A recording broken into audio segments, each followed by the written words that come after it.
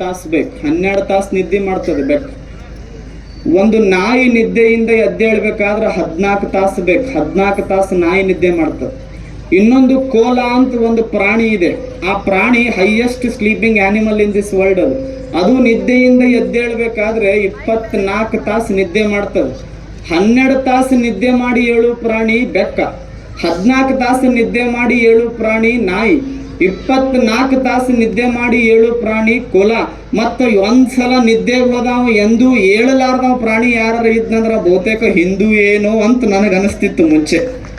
ಒಮ್ಮೆವ ನಿದ್ದೆಗೆ ಹೋದ ಅಂದ್ರೆ ಒಟ್ಟು ಎದ್ದೇ ಇಲ್ಲ. ಆದ್ರೆ ಒಂದು ಸಂತೋಷದ ವಿಷಯ, ನಿದ್ದೆಗೆ ಹೋದ ಹಿಂದೂವನ್ನ ಬಡದೆಬ್ಬಿಸಿದ ಕಾರ್ಯಕ್ರಮ ಯಾವುದು ಅಂದ್ರೆ ಬೃಹತ್ ಹಿಂದೂ ಸಮಾವೇಶ. ಮುದ್ದೆಗೆ ಹೇಳದಲ್ಲ ಅಷ್ಟೆ.